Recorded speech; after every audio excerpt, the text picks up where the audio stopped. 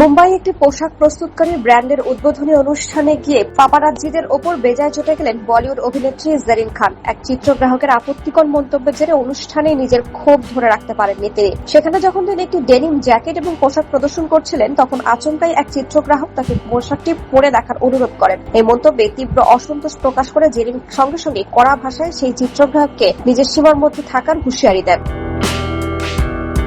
Social মিডিয়ায় এরই মধ্যেই ভাইরাল হয়েছে এই ঘটনার একটি ভিডিও।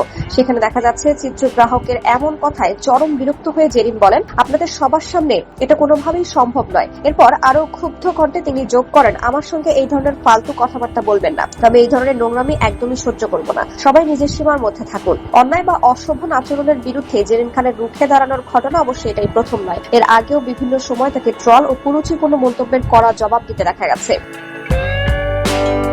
গত বছর অক্টোবর মাসে নিজের সোশ্যাল মিডিয়া হ্যান্ডেলে পোস্ট করার পরপরই অশালীন মন্তব্য, আপত্তিকর ইমোজির বন্যা বয়ে যাওয়া নিয়ে তীব্র ক্ষোভ প্রকাশ করেছিলেন তিনি। সেই সময় একটি ভিডিও শেয়ার করে তিনি প্রশ্ন তুলেছিলেন, এসব মন্তব্য কি আসলে কোনো বাস্তব মানুষ করছে নাকি কোনো বটের কাজ? যিনি হতাশা প্রকাশ করে বলেছিলেন যে তিনি যাই পোস্ট করেন না কেন, কিছু মানুষ সেখানে অত্যন্ত নোংরা মন্তব্য করার পথ খুঁজে নেয়। তার সেই পোস্টে সাধারণ ভক্তরাও সংহতি জানিয়ে মন্তব্য করেছিলেন। ইন্টারনেটে মানুষ ন্যূনতম সৌজন্যবোধ হারিয়ে ফেলেছে। 2010 সালে সালমান খানের বিপরীতে বিগ সিনেমার মাধ্যমে বলিউডে পা রাখেন জেরিন খান। এরপর হাউসফুল 2, হেড স্টোরি 3, আকসার 2 এবং হরর ঘরানার ছবি 1921-এ অভিনয় করে দর্শকদের নজর কাড়েন। সালমান খানের জনপ্রিয় ছবি রেডির একটি গানেও বিশেষ পারফর্ম করতে দেখা গেছে তাকে। হিন্দি সিনেমার পাশাপাশি জাট, জেমস বন্ড এবং ডাকার মতো পাঞ্জাবি চলচ্চিত্রে অভিনয় করেছেন এই অভিনেত্রী।